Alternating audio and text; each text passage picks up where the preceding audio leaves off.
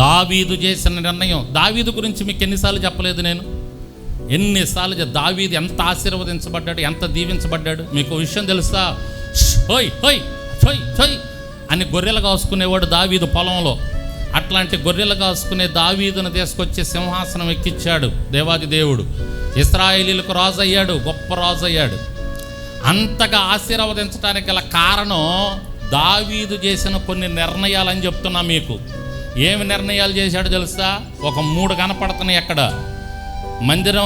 మందిరములో యాజకత్వం చేయటానికి యాజకులను నియమించాడు. పాటలు పాడి ఆరాధన చేయటానికి లేవీయులను నియమించాడు. ఆ మందిర పరిసరాలు చక్కగా చూసుకోవటానికి, పని చేయటానికి, కావలా ఉంచటానికి ద్వారపాలకులను కూడా ఏర్పాటు చేశాడంట. దేవునికి స్తోత్రం.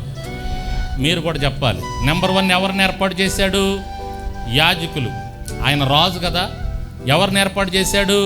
యాజకులని. ఎవరిని మరల రెండవదిగా స్తుతించడానికి ఎవరిని ఏర్పాటు చేశాడు? లేవీయుల్ని. ఆ మందిర పని చేయటానికి ఎవరిని ఏర్పాటు చేశాడు? ద్వారపాలకులని. ఇది ఎవరు నిర్ణయించారంట ఇలా ఉండాలని? దావీదు నిర్ణయించాడంట. అటు చూసారా మాట ఏముంది? మరలా నేను చదువుతున్నా, ఇప్పుడు మీరు జాగ్రత్తగా వినండి. ఇప్పుడు వింటారులే, వినండి. అతడు తన తండ్రి అయిన దావీదు చేసిన నిర్ణయమును బట్టి. ఎవరు చేసిన నిర్ణయం ఇది? దావీదు తీసుకున్న నిర్ణయం. హల్లెలూయా. నేడే చెప్పండి హల్లెలూయా. అంటే సొలొమోను చేస్తున్నాడు. సొలొమోను చేస్తా ఎవరి నిర్ణయాన్ని బట్టి? సొలొమోను ఎవరంటే దావీదు కొడుకే. సొలొమోను ఎవరి నిర్ణయం బట్టి చేస్తున్నాడని అక్కడ రాసి ఉందంటే తన తండ్రి అయిన దావీదును బట్టి.